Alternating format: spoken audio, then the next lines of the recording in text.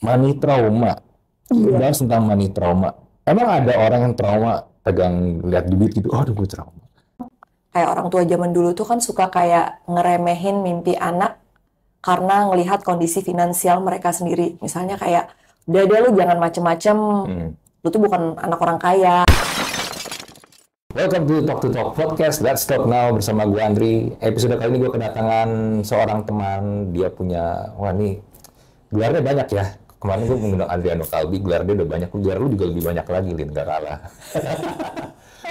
Financial planner CFP, iya. Ya, news anchor juga iya. Punya podcast juga, ada acara podcast kan lu, gue pernah diundang juga. Iya, Ya. betul. Terus pernah interview David Beckham, Puji Tuhan, rezeki sekali seumur hidup. pernah interview Nicola Saputra. Iya, pas lagi jadi moderator.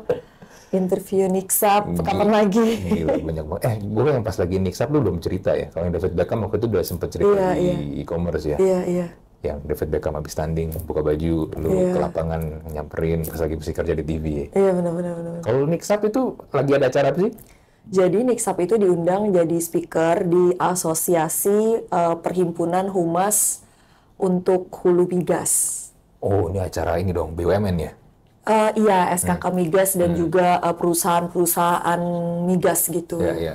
Jadi waktu itu temanya soal personal branding. Kalau dia ini kan unik ya, kayak mungkin apa yang dilakukan Nicola Saputra hanya bisa dilakukan oleh seorang Nicola Saputra. Dia tuh kan kayak nggak ngikutin apa kata mainstream ya, Ya suka-suka dia kan? suka-suka dia. Tapi dia tuh ternyata kita kan kayak ketemu sama, bukan ketemu sih, ngeliat Niksap gitu kan di sosmed gitu kan, kayak di kolom komen Instagramnya nggak ada muka dia aja udah rame banget kayak asrama putri kan, kolom komen itu halu-halu mulai dari yang single sampai ibu-ibu semuanya halu-halu. Betul. Nah ternyata kalau kita dapat kesempatan ngobrol langsung sama orangnya, itu ternyata dia layak banget diidolakan to that level, karena emang aslinya kayak charming, pinter banget.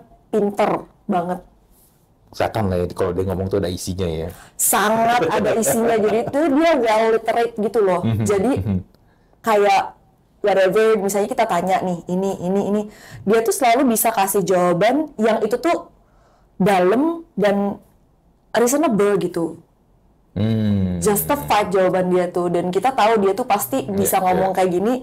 Kita nggak tahu berapa banyak buku atau literatur yang dia baca untuk sampai dia keluarin statement kayak gitu. Iya. Sedalam itu ide. Sedalam itu. Iya. Dan dia tuh apa ya, very authentic gitu loh. Jadi kan orang-orang nanya dong, kenapa lo ngambil iklan chicken nugget gitu kan? Oh iya, terus Sementara dia sempet dipertanyakan tuh, kenapa pakai chicken nugget? Dia ambil chicken nugget kan? Dia bilang karena kayak dia di approach sama brand ini tuh apa adanya. Jadi kayak ini chicken nugget nih enak, nggak usah dibungkus-bungkus. Chicken nugget ini bergizi, mengandung apa yang kayak gitu loh.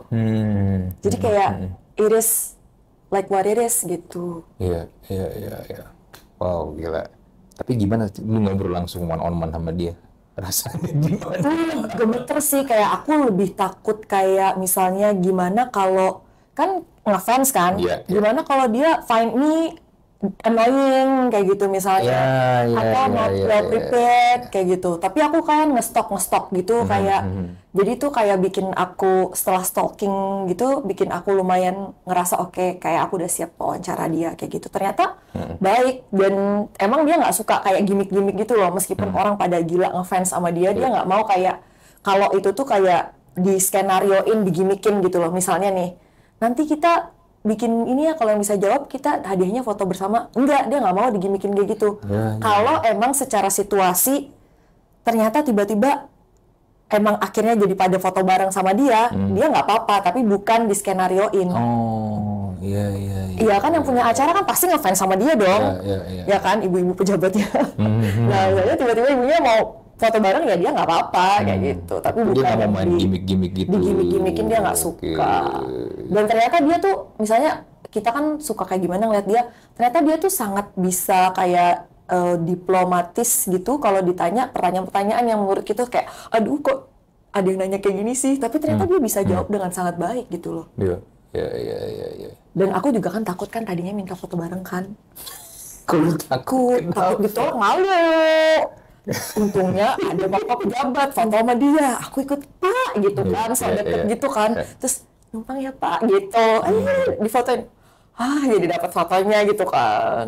Iya, tapi kayaknya kalau public figure gitu, kalau kita minta ajak foto, mereka kata Gak rata-rata tahu, kita tuh terlalu banyak dengar mitos-mitos soal Nicholas Saputra yang membuat kita tuh kayak takut deketin dia.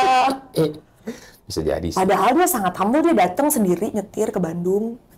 Maksudnya jadi di Bandung? Di Bandung, dan dia nggak yang kayak, oke, makan apa? Oh ya, yang ada aja gitu, yang kayak gitu. Pokoknya kayak tidak seperti yang kita bayangkan. Nggak merasa diri superstar ya? Iya, very humble ternyata. And very smart. Kayaknya emang pantesan ya kalau brand-brand kayak usung dia tuh kayak, ya emang good communicator for your brand gitu. Padahal dia kalau gue lihat Instagram dia ya, sosial media dia kan tadi lu bilang ya, dia tuh nggak pernah ngepost muka dia ya. Yang dipost kan bisa pemandangan, apa-apa gitu ya. Dan ternyata kayak foto-fotonya itu ada maknanya yang pengen dia sampein. Jadi sebenarnya kalau kita kayak pengen mengenal dia lebih dekat, kita coba try to decode gitu. What key message yang mau dia sampein gitu loh di fotonya. Ada loh ternyata. Kayak dia foto anak penyu aja kan rame, gitu-gitu kan. Sebenarnya itu ada pesan gitu loh. Sebagai dia environmentalist gitu, ada pesannya gitu. Mungkin tapi yang komen ya karena nggak tahu atau nggak paham maknanya apa, ya udah. Nggak itu yang kehalu-haluan aja kan. Nicholas Saputra yang ngepost. Iya sih. Ya, tapi gue setuju sama poin lu yang lu bilang kalau kita ketemu sama orang yang kita suka atau mungkin kita idolain ya. Kita punya kesempatan untuk interview dia. Kadang emang ada rasa kayak gitu, aduh gue takut salah nanya, gue takut salah ngomong, gue takut pertanyaan gue tuh terlalu receh. Karena opini dia tuh berarti banget buat kita, gitu kan. Takut kita tuh bikin pertanyaan yang membuat orang yang kita tanya itu tuh jadi merasa, ini orang nanya apaan sih kok gini banget. Kadang-kadang ada rasa kayak gitu. Lu ngefans gak sih sama gue sebenarnya, Cik? Gue gak tahu. Iya. Karena ada rasa kayak begitu. Walaupun mungkin biasanya ada beberapa pertanyaan yang udah sering ditanyain juga ke dia gitu loh, yang ada kan pertanyaan-pertanyaan yang udah tipikal FAQ-nya dia. Itu ditanyain tiap kali ada interview selalu ditanyain gitu. Iya, betul. Iya, tapi itu resiko sih. Iya, kemarin tuh kebetulan dia kan diposisikan sebagai seorang practitioner dan expert kan dalam personal branding kayak gitu. Jadi yang kita tanyakan itu emang insight dia sebagai seorang individu yang melakukan personal branding versi dia sendiri gitu, dan juga isu-isu lingkungan kayak gitu sih. Iya, which is dia melakukannya dengan bagus sih, tanpa perlu dia gembar-gembor atau bikin sensasi. Betul. Dan ternyata dia tuh kayak, maksudnya kayak dia punya penginapan eco lodge gitu ya, di lokasi-lokasi yang agak remote kayak gitu. Itu kan dia sendiri nggak promoin di akun dia gitu loh. Itu loh kayak apa ya, unik aja sih. Bisa dipromoin ya? Biasa kan kita kalau bisnis kita sendiri kita promoin gitu. Makanya kan kalau untuk brand-brand yang diambil kan belum tentu foto brand itu ada di akunnya dia kan? Iya, nggak ada ya? Nggak ada, kecuali emang dia misalnya dikasih pakai handphone atau di endorse handphone, foto pakai itu, tapi itu kan very subtle gitu ya, nggak kelihatan. Tapi kan bukan muka dia juga. Betul sih. Itu sih unik sih. Tapi itu bisa terjadi karena dia gitu, karena Nicholas Saputra. Iya, artis lain begitu tentu sih. Belum tentu. Iya, belum tentu kan, karena dia emang udah membuat itu dan dia bangunnya juga udah lama kan, sampai sedemikian rupa. Tapi dengan kayak set of regulations and personal rules yang dia punya kan, pasti dia turn down banyak opportunities kan. Aku tanya kayak gitu, banyak nolak aja istilahnya. Karena picky banget jadinya. Iya, tapi dia bilang dia kayak gak ada penyesalan. Iya. Nicholas Saputra soalnya. Mungkin kalau gue, ya udah apalah yang ini ya udah ambil apa. Mending duit sih.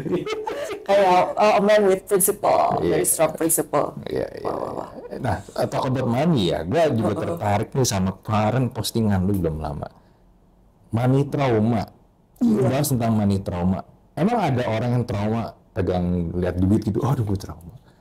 Bukan literal kayak gitu sih ya. Jadi tuh idenya dari kayak ada yang DM aku tuh kayak lumayan suka maintain interaction gitu sama teman ataupun juga sama followers gitu. Jadi aku tuh sebenarnya lumayan rajin jawabin komen, jawabin DM. Nah, ada temen yang kayak ngomong, Lin, bahas ini dong. Kayak orang tua zaman dulu tuh kan suka kayak ngeremehin mimpi anak karena ngelihat kondisi finansial mereka sendiri. Misalnya kayak, udah deh lu jangan macem-macem, lu tuh bukan anak orang kaya, kayak gitu. Sering kita jumpai lah itu. Sering kata-kata kayak gitu. Atau bahkan kayak, misalnya dari pengalaman aku nih, di minimarket aja nih, anak sekecil gini, ada emaknya, dia belanja sama emaknya. Ya, jajan dulu, minta sana sama bapak lo. Buset, anak lo masih kecil gini. Itu kan kayak, mungkin mamanya nggak sadar kayak ada lontaran kata-kata yang sebenarnya itu hurtful dari dalam diri dia kan. Tapi dia sampaikan ke anaknya. Atau contohnya dari yang postingan itu ada yang komen juga. Jadi dia trauma sama pasangannya yang males nggak mau nyari duit gitu. Jadi ibu ini tuh eksesnya adalah dia sama anak dia kalau nyuruh belajar tuh kayak ayo belajar. Jangan sampai jadi kayak bapak lo secara nggak langsung kayak jangan malas kayak gitu. Itu kan namanya kayak money trauma juga. Atau ada orang yang misalnya dia itu, kalau lihat itu loh film How to Get Rich, serial di Netflix, yang Ramit Sethi, dia kayak handle beberapa kasus orang-orang. Nah itu tuh cerminan money trauma dalam berbagai macam bentuk tuh bisa kita lihat di situ. Oh, oke. Iya. Ya tapi gini ya, tadi gue mau sedikit nyinggung soal yang tadi lu bilang. Jajan mulu, minta sama bapak lu. Gue tuh kadang bingung ya kalau ada orang bikin kalimat ke anaknya atau mungkin ke siapapun itu ya. Kayak seakan-akan tuh bapak lu. Gue tuh kayak orang lain gitu, sama bapak lu aja. Atau berarti kan kayak ada distance dong. Kan? Emotional distance dong. Iya. Ada aneh gue bener mendengar kayak gitu lu sebenarnya. Kadang-kadang yang ngomong gitu nggak sadar, tapi orang kayak outsider kayak aku kan bisa kayak, ada apa ya makna tersirat di balik statement yang begini. Gitu. Atau mungkin kebiasaan kah? Atau ada kepahitan, misalnya ayahnya nggak sharing burden yang selayaknya sebagai seorang pemimpin keluarga, kita kan nggak tahu. Iya.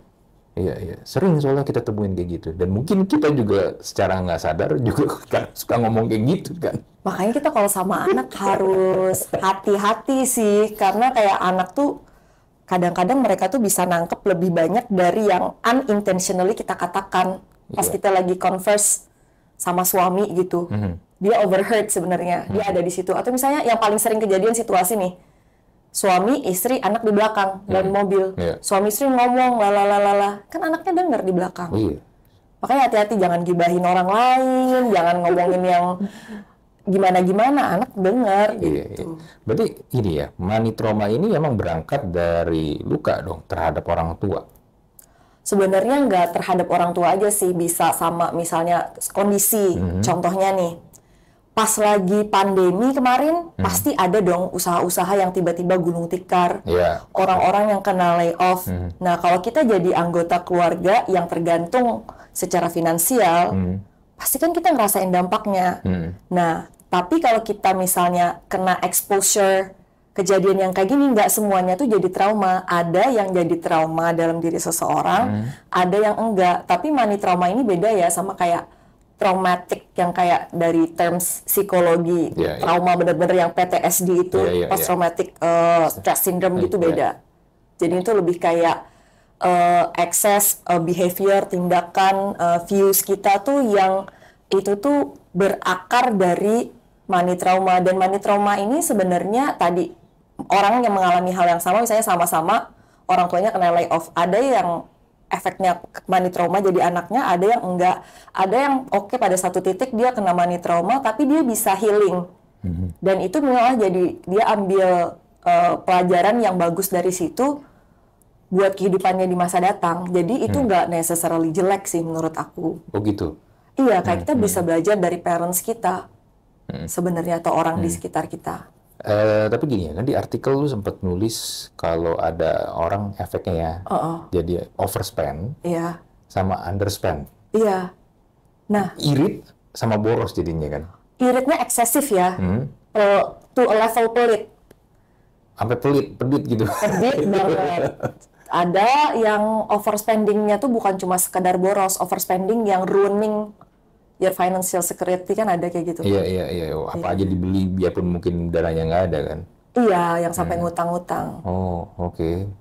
Itu efek yang muncul itu aja kah atau ada yang lain nggak sih? Oh, ada macam-macam sih. Kayak ini aku baca-baca juga ya, karena kan kalau kayak di Amerika Serikat itu sampai ada kayak financial trauma terapis kayak gitu. Jadi udah sangat spesifik ya, menjawab kebutuhan orang. Tapi kalau di sini belum ada, jadi aku baca-baca literatur gitu. Jadi kayak paling enggak nih ada 4 yang tadi, dan ini tuh sebenarnya kita bisa lihat di yang sekali lagi ya di How to Get Rich-nya Ramit Sethi. Coba nonton lagi aja gitu. Nah, misalnya tadi itu kita bahas underspending. Jadi sebenarnya dia mampu, tapi dia untuk diri sendiri aja tuh sayang keluarin uang. Padahal kan kamu udah kerja keras. You deserve at some level untuk menikmati apa yang bisa kita afford tanpa kita tanpa membahayakan keuangan kayak gitu. Dan itu ada juga efeknya hoarding. Jadi numpuk kayak barang-barang tuh sayang dibuang, padahal juga nggak tahu diapain, nggak dipakai juga. gitu. Gue beli ini barang ya, udah lama.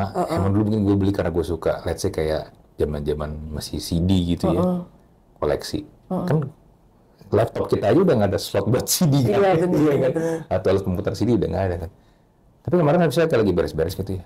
Ini gimana nih, mau dibuang atau gimana, kan udah nggak didengerin kan. Emang itu original, tapi at some point tar dulu deh, gue ada rasa sayang. Itu nggak apa-apa sih, itu namanya jatuhnya collectible sih. Iya, tapi gue nggak koleksi juga, itu jadi debu juga gitu loh, karena emang gue taruh aja gitu, bukan yang gue koleksi. Kalau koleksi mungkin beda ya, gue koleksi, gue sayang, masih gue kumpulin, masih gue pajang mungkin. Ini enggak, ya udah gue biarin aja. Tapi di satu sisi karena gue dulu berpikir itu gue beli, gue juga nabung zaman gue sekolah kan, CD waktu itu zamannya J-pop gitu, yang Jepang lagu album kan lumayan ya, tahun 2000-an awal satu CD 100.000 kan tuh berharga banget. Iya. Makanya sekarang ketika gue lihat, sebenarnya kalau lu hargain, lu jual lagi kayak di marketplace, itu paling harganya cuma berapa duit. Tapi gue sayang loh untuk kayak gimana gitu. Gue ada kayak rasa gimana ya. Nah, kalau yang di serial itu hoardingnya tuh to a level dia tuh sampai di tengah keuangan yang mepet, dia tuh sampai sewa kayak space gudang gitu loh, bayar sekian $, setiap bulan untuk barang-barang yang tidak berguna lagi buat dia. Jadi dia sampai keluar uang karena dia tidak sanggup membuang. Nah, sampai se-ekstrim itu kalau di situ.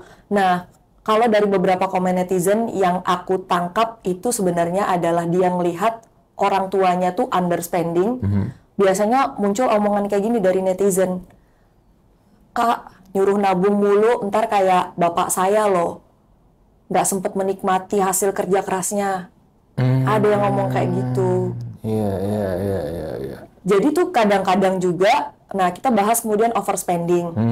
Ada yang karena hidupnya susah banget dulu, jadi dia kayak apa yang aku mau ini aku turutin aja gitu, balas dendam. Nah biasanya itu contohnya kelihatan misalnya dulu kita misalnya tiap orang tuh beda-beda ya. Kalau saya dulu, tapi ini untungnya nggak membahayakan ya apa yang saya beli. Jadi waktu kecil tuh saya merindukan punya stationery yang lucu-lucu, alat tulis lucu-lucu, pensil warna yang sampai banyak warnanya gitu. Nah itu saya pas gede masih suka tuh beli stationery lucu-lucu, apa kayak muasin aja waktu kecil. Nah ini tuh beda-beda di orang, terus beda-beda tingkatannya. Ada yang tergila-gila beli itu tuh, yang collectibles, robot-robotan, kartu koleksi, itu kan mahal tuh.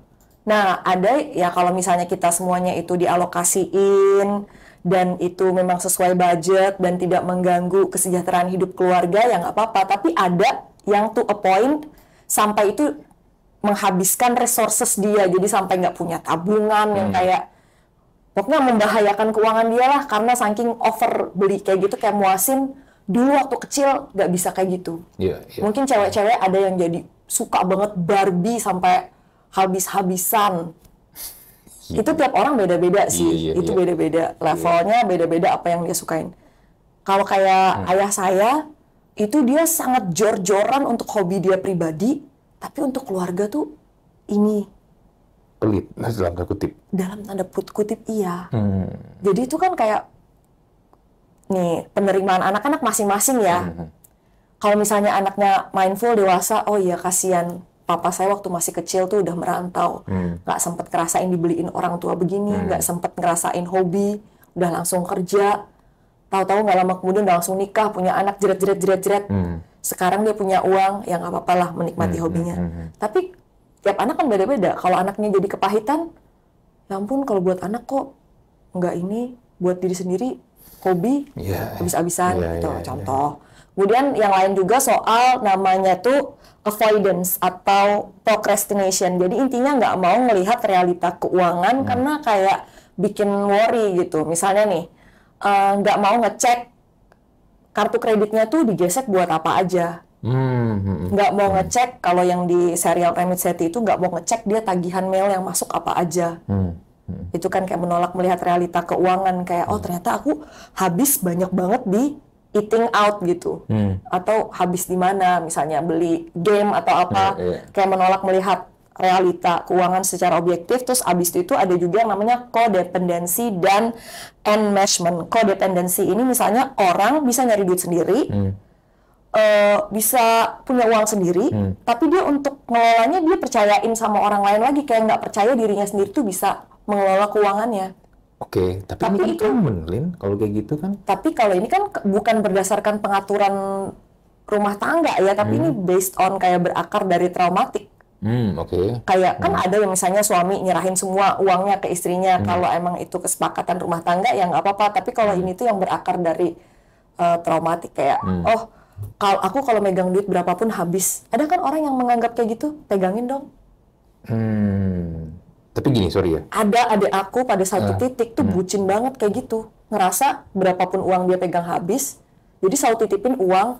Tapi waktu itu statusnya masih pacar, nah kan bahaya. Kalau istri ya nggak apa-apa. Kemudian ada lagi kasus yang terkenal yang pesepak bola, pas udah mau cerai ternyata baru ketahuan nggak ada aset satupun on his name karena semuanya dikasih ke ibunya. Nah ini tuh namanya enmeshment. Dia mampu cari uang, dia punya uang, tapi dia tuh nggak tahu keluar masuk uangnya tuh berapa karena dia dijatahin sama ibunya.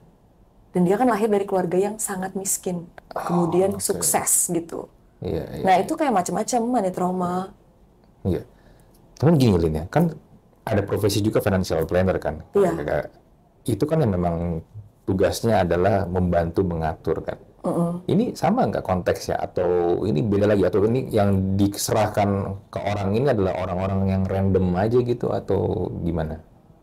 Kayaknya kalau nah saya nggak tahu ya kalau di Indonesia tuh apakah sudah ada profesi yang istilahnya menggabungkan kayak konsultan financial consultant yang dia juga misalnya punya background psikologi, jadi kayak dia bisa bahas behavioral finance dan efek kayak psikologi ke pengelolaan keuangan seseorang. Kalau kayak di Amerika kan udah ada nih profesi kayak gini nih, money therapist, financial trauma therapist, kayak gitu ada. Kalau di Indonesia kayaknya saya jarang denger sih, tapi kayak kalau sampai ada yang ke situ bagus juga sih, karena menurut saya kayak kita pengelolaan uang tuh nggak hitam dan putih, kita tuh berurusan sehari-hari dengan pergumulan dan kemanusiaan kita yang ada aspek emosionalnya gitu loh. Managing your money is managing your emotions. Ada aspek spiritualitasnya juga gitu sebenarnya, ya kan? Ini kayak di bukunya ini ya, Psychology of Money berarti kan? Iya, dan juga mungkin Happy Money ya, Ken Honda. Ada bahas itu juga.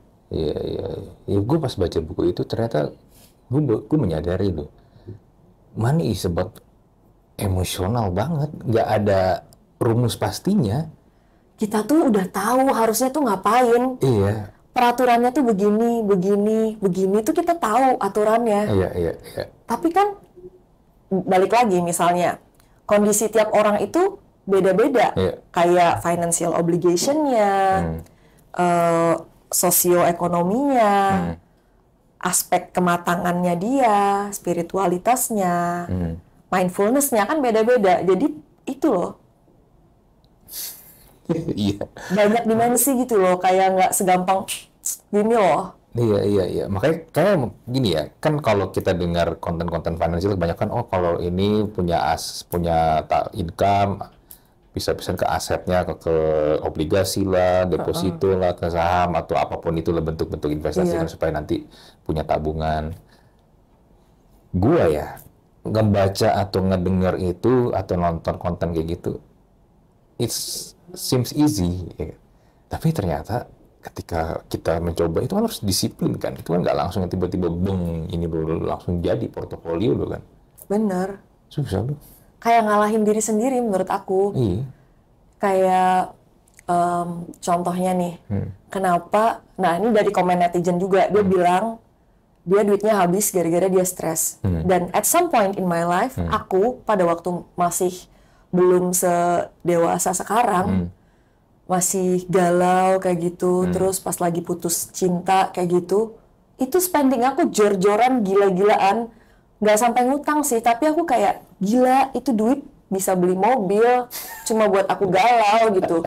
Kalau aku taruh di saham apa gitu, sekarang udah jadi apa tuh duit gitu. Jadi itu kayak ya udah, kayak menurut aku itu kayak bagian dari pengalaman hidup, dan aku belajar dari situ bahwa aku harus manage emosi aku dengan baik, gimana aku tuh bisa stabil secara psikologi biar aku nggak overspending unnecessarily pada saat lagi stres. Jadi aku juga sadar kapan sih aku misalnya jadi emosi aku tuh gampang ke-trigger. Oh kalau aku kurang istirahat, oh kalau aku lapar. Jadi make sure aja aku kayak tidurnya cukup, istirahat cukup, enggak stres yang berlebihan kayak gitu. Iya. Biar tuh stabil keuangan aku gitu, nggak gitu. Gue nggak tahu sih ini apakah relate ya, tapi gue pengen cerita sedikit nih. Gue tuh punya kebiasaan tuh kalau makan, itu tuh bisa dalam seminggu, sebulan tuh bisa makan yang itu lagi, tanpa gue merasa bosan. Gue jadi denger lu nih ya, gue denger tadi sharing lu, gue jadi berpikir apa mungkin jangan-jangan lu juga bagian dari money trauma gue, karena kan gue juga bukan dari keluarga yang kaya-kaya amat gitu.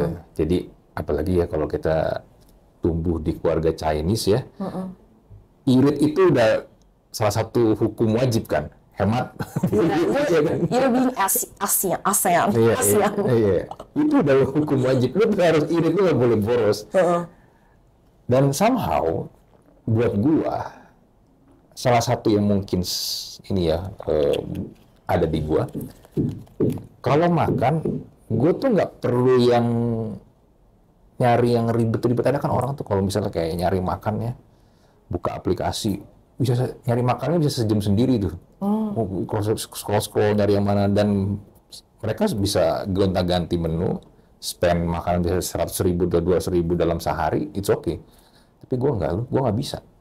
Jadi gue bisa lihat ada satu fase, mungkin seminggu tuh gue bisa makan warteg, nasi warteg, every day, dengan menu yang sama. Dan ada kebanggaan tersendiri di diri gue ya, kadang dia suka lucu. Ini gue cuma spend 15,000 doang. Berarti kamu frugal nggak? Kamu ngerasa dirimu frugal nggak? Nah itu dia, apakah gue frugal atau enggak, I don't know ya. Aku nggak tahu, soalnya anak aku exactly kayak kamu. Oh gitu? Masih kecil kan, 9 tahun. Tapi udah kebaca ke pola, dia tuh nggak suka ada perubahan pola. Jadi dia selalu bekalnya buah yang sama, roti yang sama, makannya itu terus. Iya, gue juga lagi gitu. Tapi bukan karena dia nggak ada option ya. Emang dia kayak begitu. Iya. Dan gue ya, kalau gue, orang mungkin kalau kayak istri gue bilang, makan itu gak bosan apa ya. Sedangkan kalau istri gue tipenya yang suka tuh kalau adventurous. Ganti-ganti lah menu lah. Kalau bisa besok ini, besok lainnya lagi apa gitu kan. Tapi gue tuh bisa makan dengan menu yang sama. Ya, gue nggak tahu makanya ini apakah ada bagian dari situ juga. Karena kan yang tadi gue bilang, yang gue spend, ya murah lah, makan di Jakarta 15.000 dengan nasi dan beberapa lauk yang ada, it's very cheap, harga segitu kan 15.000 doang. Hari ini gue makan cuma 13.000 cuy. Makan siang 13.000. Iya. Kadang tuh it's hard to define or to judge ini tuh money trauma apa enggak sih. Iya kan? Di tiap orang tuh beda-beda. Dan money traumanya orang tuh, mungkin buat kita, hah kok kayak gitu sih? Tapi ya itu kan pengalaman yang sangat personal dan spesifik ya. Jadi mungkin orangnya sendiri yang tahu kayak gitu.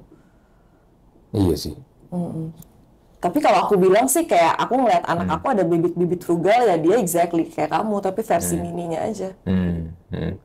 Karena ini kalau pertimbangan gue yang lain, gue udah tahu gue mau makan apa.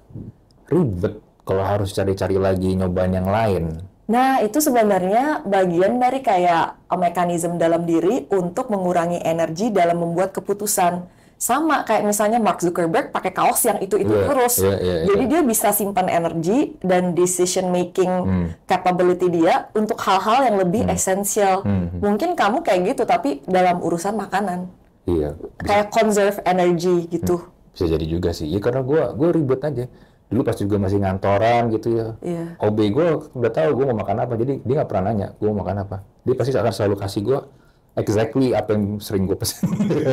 Iya itu sebenarnya bagus sih kayak buat productivity kayak sama makanya kan dibilangin kalau misalnya kita memang pekerjaan kita gitu misalnya atau lingkungan kita atau misalnya itu adalah upaya kita untuk mengurangi stres dalam hidup kayak make it automation aja untuk hal yang sehari-hari.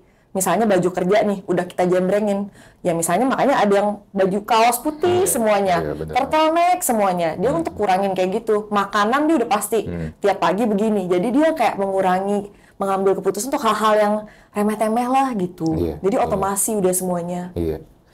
Jadi bisa jadi emang karena faktor efisiensi atau jangan-jangan emang gue tadi yang kita bahas ya, gue mandi trauma sebenarnya gara-gara hidup iring. Ada orang misalnya contohnya nggak berani punya anak, efek money trauma. Ada orang yang nggak berani punya anak lebih dari satu, ya itu macam-macam di orang. Iya. Gitu. Ada orang juga yang efek money trauma tapi jadi bagus sama keuangannya. Dia sangat konservatif dalam hal utang mengutangi gitu. Pokoknya ada yang mau ngutang nggak strict, nggak mau kasih utang. Dia juga nggak mau berutang gitu. Jadi sebenarnya pengalaman pribadi itu bisa kita jadiin sesuatu yang lebih baik untuk diri kita dan juga untuk generasi mendatang sebenarnya sih. Ya, tapi kan gini, permasalahannya adalah uang itu, financial itu, buat banyak orang it's sensitive issue. Nggak semua orang tuh mau untuk share kalau gue tuh punya problem dengan keuangan. Kita punya trauma tentang keuangan yang kalau menurut gue harusnya kalau ini bisa dibenerin harusnya akan jadi lebih better sih untuk kita ini ya memandang uang itu seperti apa sih. Mungkin kayak di situ dikasih tahu gimana caranya healing atau mengurangi impact dari money trauma. Tadi self-educate, jadi kitanya educate diri kita baik dari sisi literasi finansialnya, mungkin dari sisi aspek mindfulness-nya, dari sisi aspek spiritualitasnya, jadi itu. Jadi kemudian kita juga kayak acceptance, kita embrace kayak oke, ini adalah bagian dari kehidupan aku, cerita hidupku yang tidak terpisahkan dan ini tuh aku bisa ambil hikmahnya jadi kebaikan kayak gitu misalnya. Terus juga bisa dengan talk to someone we really trust. Atau emang kalau enggak sekalian aja sama profesional gitu ke psikolog kayak gitu cerita aja kayak gitu. Kemudian juga self care dan juga kita tarik garis dari kita bisa identify lah misalnya dari perilaku kita ini kapan misalnya kita kayaknya udah ini deh terlalu merefleksikan kepahitan ini deh ke orang lain kayak gitu. Sebenarnya kan mungkin ada kepahitan dalam diri, ada yang keluar secara disadari, ada yang nggak keluar, ada yang keluar tanpa disadari kayak gitu loh. Kita kan nggak mau jadi orang yang nggak sadar, tapi kita tuh ternyata udah nularin money trauma ke anak. Kayak misalnya zaman dulu kan nggak ada yang ngomongin kayak gini nih. Orang tua kita juga dengan segala macam perjuangan zaman mereka yang berat, mereka juga boro-boro mau mikirin mental health anak gitu kan. Survive aja udah syukur gitu. Dengan segala macam luka, mereka pun juga tidak mendapatkan upbringing dan parenting yang baik dari orang tua mereka. Jadi begitulah. Cuma kita, maksudnya kita yang udah lebih paham gini, udah cukuplah di kita aja. Anak kita kayak halaman baru lah kayak gitu. Nah, terus yang menarik tadi kan lu bilang ya tentang orang tua. Dulu belum pernah ngalamin ini ya. Gue jadi ingat di buku Psychology of Money juga ditulis tuh sama penulisnya. Siapa sih? Morgan Housel. Ya, Morgan Housel. Dia bilang ilmu tentang keuangan itu adalah salah satu ilmu tuh yang bisa dibilang masih baru. Dibandingkan ilmu-ilmu yang udah ada di dunia ini, ilmu tentang keuangan ini ada ilmu yang masih baru. Jadi jangan heran kalau even sampai sekarang banyak orang tuh menghadapi uang ya suka kayak orang ngaco. Iya. Karena ilmu juga masih baru sebenarnya. Mungkin baru mulai, gue lupa dia terus kalau nggak salah sekitar tahun 70-an 80-an ilmu ini nih baru benar-benar, itu juga baru di Amerika ya, baru benar-benar bisa ada penerapannya. Dan mungkin sekarang di 2000, di era kita sekarang baru tuh konten udah mulai banyak kan. Knowledge atau sharing ilmu-ilmu ini juga udah mulai banyak. Ya memang baru sependek itu kita sebenarnya tuh belajar finansial loh. Memang.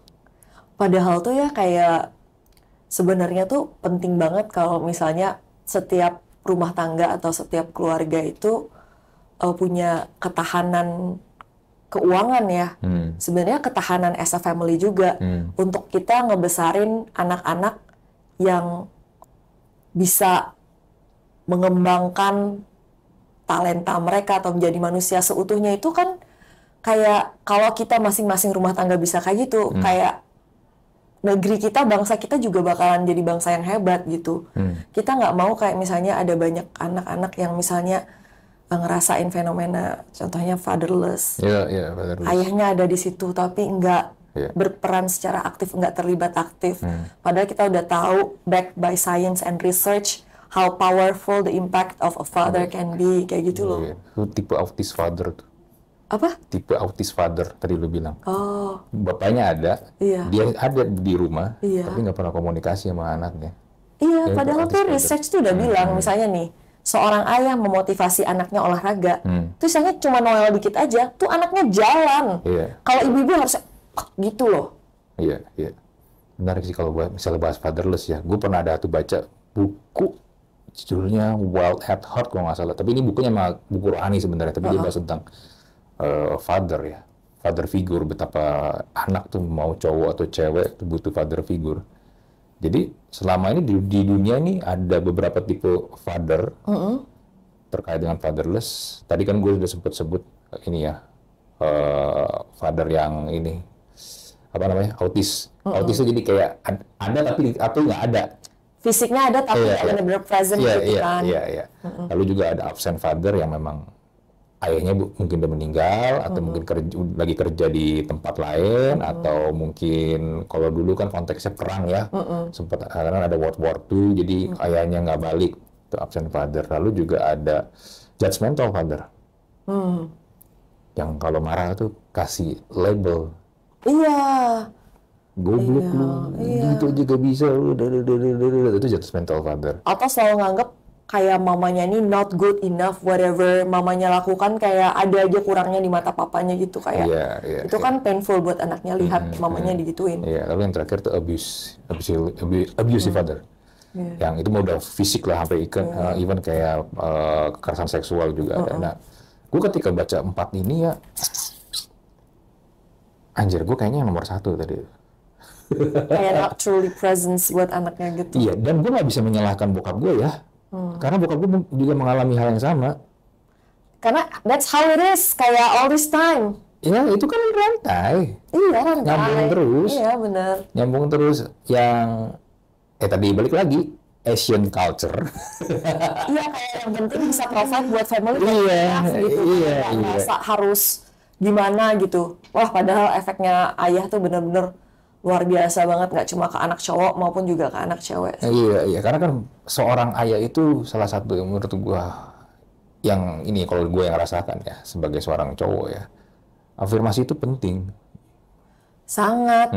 You're good, wah good job, itu hampir nggak pernah kita dapetin kan, karena kayak aneh nggak sih dengar itu dan terucap dari mulut bokap kita ya kan.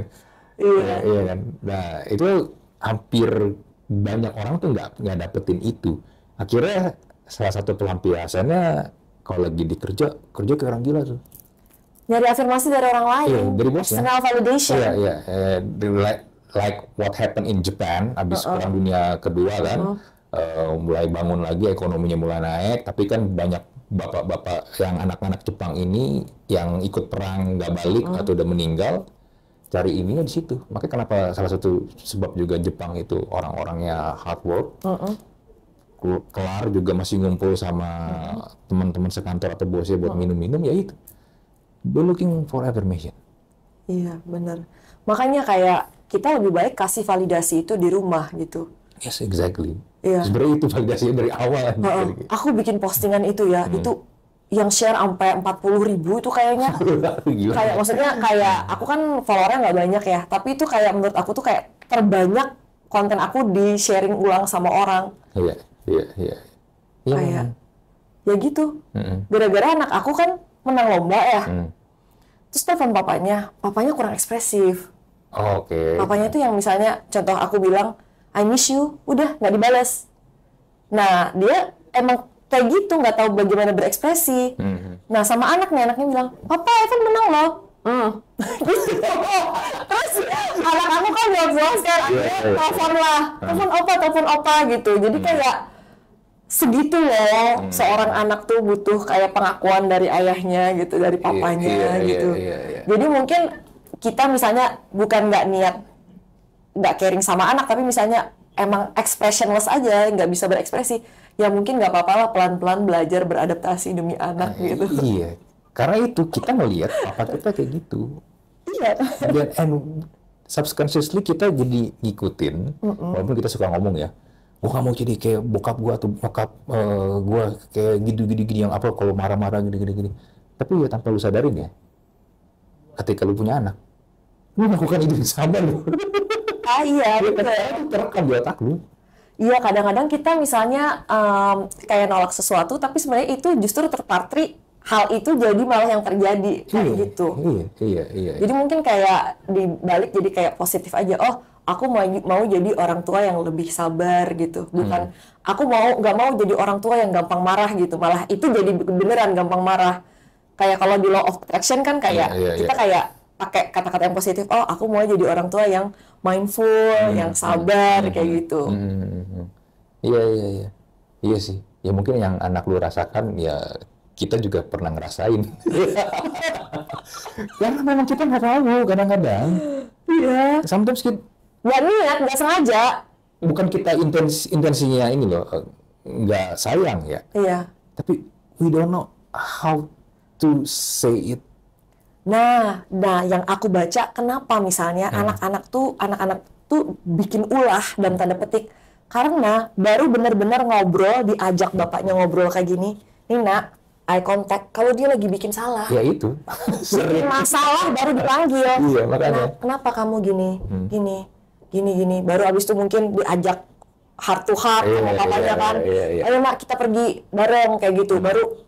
Jadi dia kayak gimana caranya dapat atensi dari papanya, oh harus begini ya, harus bikin salah ya, harus bikin ulah ya, baru ya. Kayak gitu, kadang-kadang tuh soalnya masih ada papa yang kayak nganggap kalau dia nice sama anaknya jadi lembek gitu loh. Kalau ke anak cowok nih ya, kayak ajaran zaman dulu kan, jangan terlalu dikit-dikit didengerin anak, dikit-dikit ini gitu, nanti jadi lembek anaknya. Tapi baru perhatian pas anaknya bikin masalah. Akhirnya anaknya kenakalan remaja kan, dia diperhatiin orang tuanya. Tapi mungkin anaknya juga nggak sadar kayak itu semua proses berpikir mekanisme gini kayak di alam bawah sadar bisa jadi.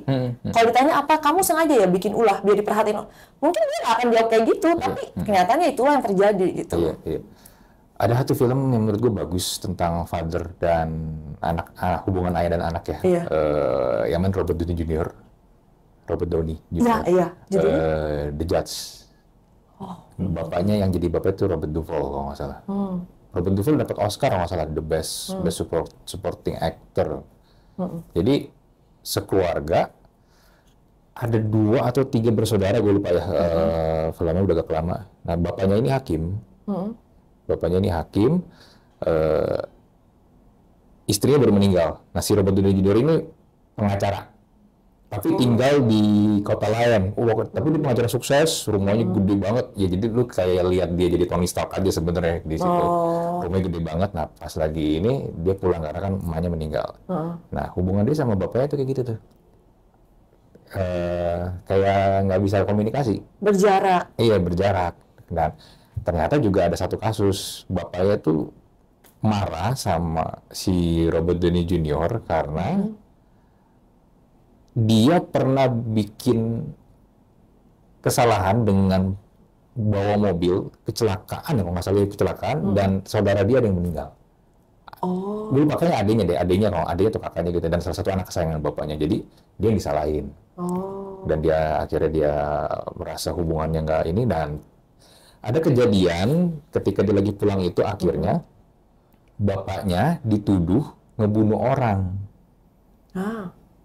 Nabrak orangnya meninggal, dan sempat ada konflik gitu, kayak rekam di CCTV lagi di minimarket gitu kan, kayak lagi di bersih tegang, bapaknya yang dituduh.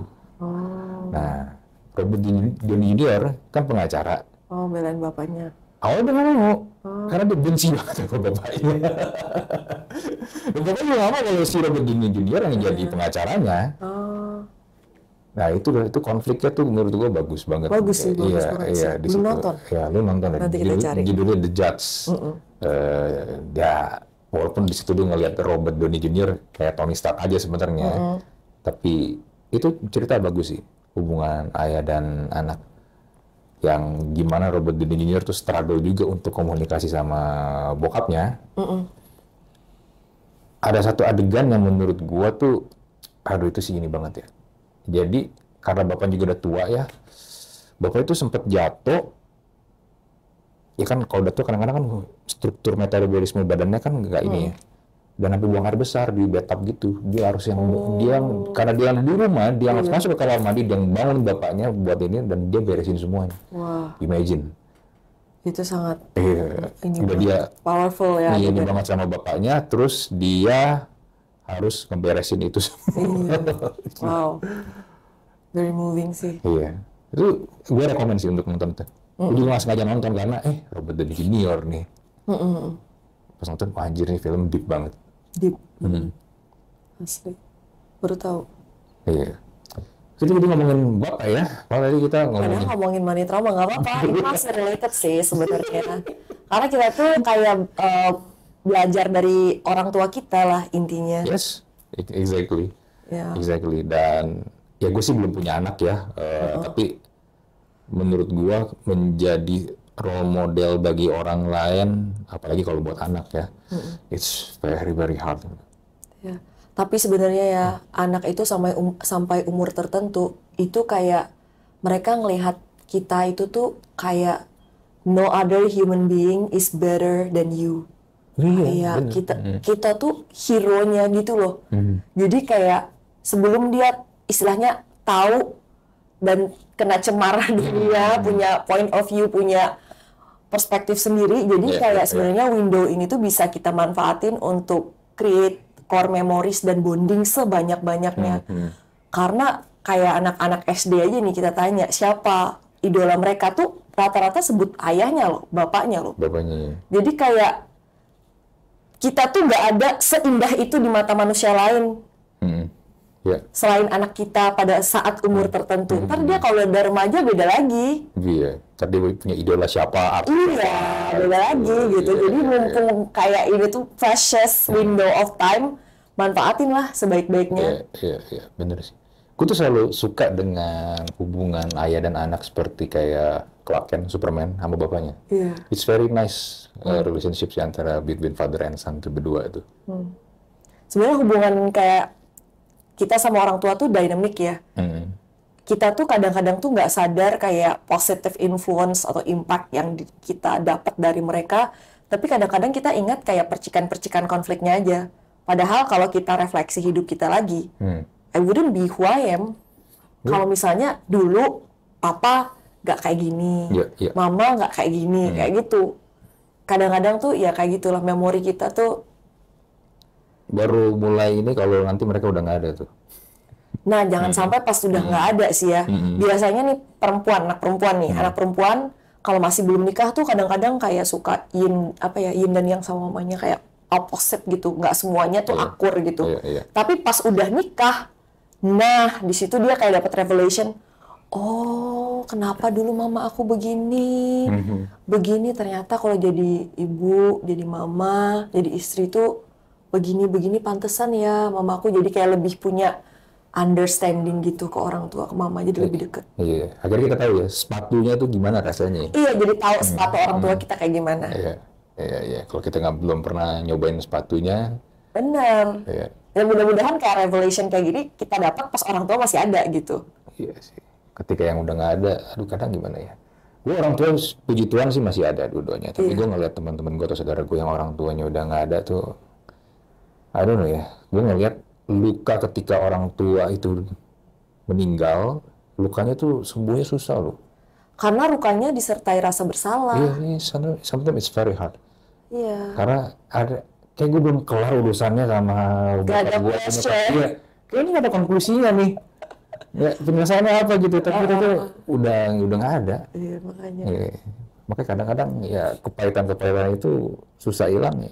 Unfinished business akhirnya kan. Iya, betul. Yeah, it's very hard. Ya, tapi gue sih percaya sih dengan berproses dan belajar ya, karena kan sebenarnya kalau kita pengen melihat inspirasi juga dari orang-orang lain yang mungkin kita suka dan kita mau belajar dari mereka, ya kita bisa sih memperbaikinya sih. Walaupun mungkin sometimes is really hard way, mesti berputar. Yang tadinya kalau kita hubungan dengan orang tua kita itu baik, hubungannya kayak jalan tol ya, it's very straight, easy ya. Tapi ketika ini rusak, ya jalannya jadi muter-muter kalau gue bilang. Iya. Tapi jangan berhenti sih ya, kayak self discovery tadi, terus juga exactly. Forgiving aja sama diri sendiri, sama juga orang tua. Iya, bener sih. Dan ya kalau di umur gue sekarang, at least inilah kasih orang tua senang dan bangga sih. Biarpun hal kecil ya, nggak perlu sampai yang lu kasih harta mewah atau gimana, mereka juga senang sih. Iya, kasih experience sih. Iya. Kayak saya tuh nyesel ya, pas ingat-ingat papa saya ke Bali aja belum pernah ya. Kenapa nggak saya ajak ya, kayak gitu. Iya. Kayak udah ngerasa cukup dengan bantu bulanan kayak gitu loh. Padahal harusnya kalau dipikir-pikir uang yang segitu dulu ya kita juga lupa andai kata dihabisin buat apa ya kan. Kayak gitu. Iya. Makanya tuh gue tuh gini, gue belakangan ya, karena bokap nyokap gue tuh udah tau lah kalau gue sekarang ngerjain apaan kan. Dan ya mungkin buat gue emang nggak pernah ngomong secara langsung, gue sekarang kerja gini ya. Tapi anyway akhirnya mereka tahu lah, karena kan konten bisa diakses di mana aja kan. Oh, jadi dia tahu anaknya. Iya kan. Nah, at some point gue tuh suka share foto gue misalnya sama siapa gitu yang mereka tahu lah ya. Karena mereka orang tua kan nggak semua yang gue undang mereka tahu kan. At least yang mereka tahu lah. Dan mereka tuh suka share itu ke grup family, walaupun gue nggak ada di grup family ya. Iya, mereka bangga sama kamu gitu. Iya. Karena kenapa gue tahu? Karena kayak tante gue, gue tuh tahu gitu loh. Tiba-tiba nanya. Iya, tiba-tiba nanya gini kan. Berarti kan mereka share. Kan? Ya. Kadang tuh orang tua tuh lucu ya. Mereka kan nggak ngomong di depan kita kan. Iya, nggak ngomong. Tapi akhirnya dengan tindakan lain, kamu bangga sama aku, kayak gitu. Emang mungkin zaman dulu nggak kayak gitu, nggak kayak sekarang. Words of affirmation. Iya benernya, ya udahlah, gue share aja, kadang gue kasih, mereka tahu sih ini gini, oh ya udah, ada kebanggaan, ternyata anak gue ada di level ini loh, ya udah, mungkin itu hal simple yang mungkin gue bisa kasih ke mereka lah. Iya betul. Ya jadi mungkin kalau dilihat siapanya atau ditanya saudara yang lain, oh ya gini. Oh hebat kamu besarin anaknya gitu kan. Ya, itu kan kebanggaan kan betul. Iya betul. Ya gitulah. Orang tua kita memang kadang menyebalkan, nggak sempurna, tapi itu ya. Iya sih, tidak ada yang sempurna, tapi mereka kayak they try their best di situasi mereka yang mungkin jauh lebih berat daripada situasi kita gitu aja. Makanya gini, gue tuh belakangan juga hampir nggak pernah marah-marah sama bokap nyokap gue, walaupun kadang ya masih ada inilah ya attitude yang menyebalkan, karena masih suka nongol kan gitu orang manusia kan. Tapi gue tuh hampir nggak pernah marah-marah lagi sama mereka. Ton suara gue pun kalau ngomong juga gue bikin sehalus mungkin gitu. Ada apa gue coba ini, sampai ada kayak yang nanya gitu ke gue, lu baik banget sih sama bokap nyokap lu gini. Ya gue bilang, kenapa lu jahat sama bokap nyokap lu? Kenapa lu jahat? Biar mau aja dulu kan, kenapa gue bersenjata? There's no reason gitu, karena mereka bokap nyokap gue. Kenapa gue harus jahat? Kenapa gue harus marah-marah ke mereka? Kenapa gue harus? Mungkin saking yang kita sering ngeliat atau kayaknya bukan kayak gitu, jadi kayak sesuatu yang normal aja, kayak kok gini gitu ya. Iya. Ya gitu loh, Lin. Semoga bermanfaat. Iya. Ini jadi deep talk ya kita ya. Awalnya bahas Nicholas Saputra, lalu kita bahas tentang money trauma. Aku suka deep talk sih. Postingan aku tuh semi-semi curhat kadang-kadang. Iya. Gue ngikutin ya. Gue ke postingan-postingan, makanya pas gue liat money trauma, this is interesting karena nggak banyak yang bahas tentang money trauma. Iya. Yang banyak kan bahas kan investasi apa yang bagus. Iya, bener. Money trauma apa yang paling parah? 40.000 ya? Enggak, itu yang father. Itu yang father. Father ke anak cowok. Aku bikin father ke anak cewek nggak sekencang itu. Iya, karena memang ya anak cowok itu secara alami bapak-bapak tuh suka anak cewek. You have daughters. Iya. Kalau anak cewek itu buat seorang bokap itu you are precious, lu tuh berharga, lu tuh princess. Kayak princess. Ya, tapi kalau buat anak cowok harusnya lu tuh warrior. Iya. Lu tuh harus fight, lu tuh harus take charge, lu tuh harus kuat. Tapi of course disertai juga dengan pendampingan dan afirmasi tadi kan. Nah itu tuh yang akhirnya membuat miss. Jadi kalau misalnya lu banyak ketemu cowok-cowok itu susah ngambil keputusan, nggak berani take charge. Kalau ada satu yang salah nggak berani, itu salah. Nggak kayak gitu caranya. Karena mereka nggak dikasih, karena mereka mungkin biasa di blaming atau di judging apapun mereka lakukan tuh never good enough, atau tidak diberikan ke ruang untuk mereka berani mengambil keputusan dan kita biarin, andai pun itu salah kita biarin, dalam artian untuk mereka tahu konsekuensinya apa. Iya. Dan akhirnya udah jadi ya itu, diem, nggak berani. Kurang inisiatif resiko, kan? Nggak berani inisiatif. Iya. Gitu. Iya, akhirnya banyak cowok akhirnya di-lead sama cewek. Karena ceweknya merasa cowoknya ini diem aja, pasif. Lebih pasif, iya. Jadi tuh, nah ini tuh aku juga nulis, jadi kayak ada kayak di US itu namanya parental happiness management. Jadi kayak studi riset yang didedikasikan untuk mencari tahu apa sih yang bisa dilakukan oleh parents supaya membekali anaknya sebanyak mungkin dengan modal-modal ini ya, bukan fisik ya, modal-modal emosional kayak gitu, atau psikologi untuk mereka bahagia di masa mereka gede, sampai gede gitu. Nah, salah satu poin yang kuat banget itu adalah kita harus bangun otonomi, sense of autonomy dalam diri anak. Bahwa mereka tuh berdaya, mereka tuh mampu, mereka tuh bisa ngerjain apa yang harusnya mereka kerjain sesuai umur mereka, dan kita kasih. Nah, ini tuh diaplikasikan, kelihatan itu kalau di awal-awal early childhood education itu di Montessori kan, pendidikan Montessori. Anak kecil-kecil dikasih kepercayaan untuk mereka beresin makan mereka sendiri, beresin sepatu mereka sendiri atau apa gitu. Jadi kayak diberikan apa ya, choices, mereka mau main apa yang kayak gitu, kasih ruang untuk mereka berani mengambil keputusan dan mandiri.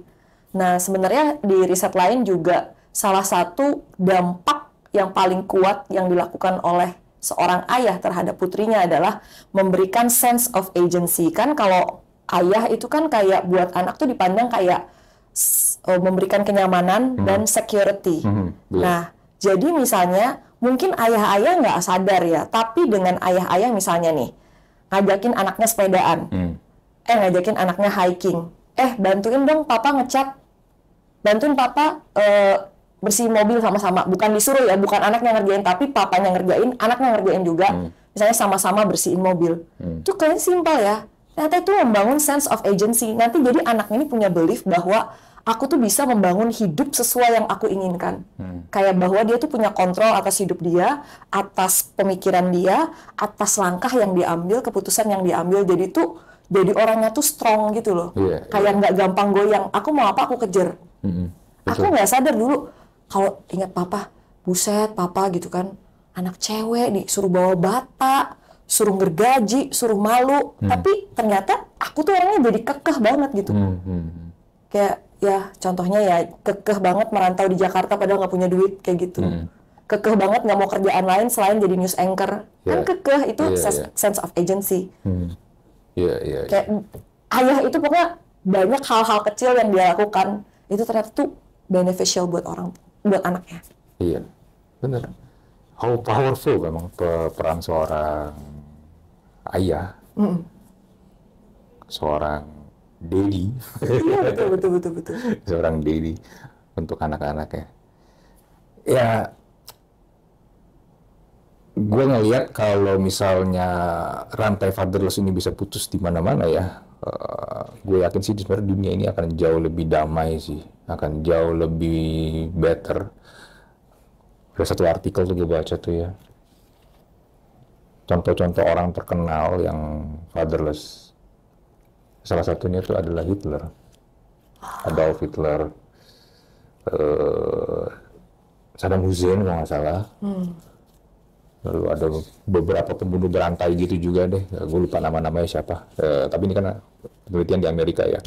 Ya jadi mungkin memang tadi ya, yang kalau gue coba kompar apa yang kita bahas itu ya memang kalau lu nggak bisa menjalankan peran ayah terhadap anak dengan baik, ya walaupun dengan banyak kekurangan of course ya anak lu tuh impact-nya bisa jadi kayak gitu, jadi penjahat perang cuy.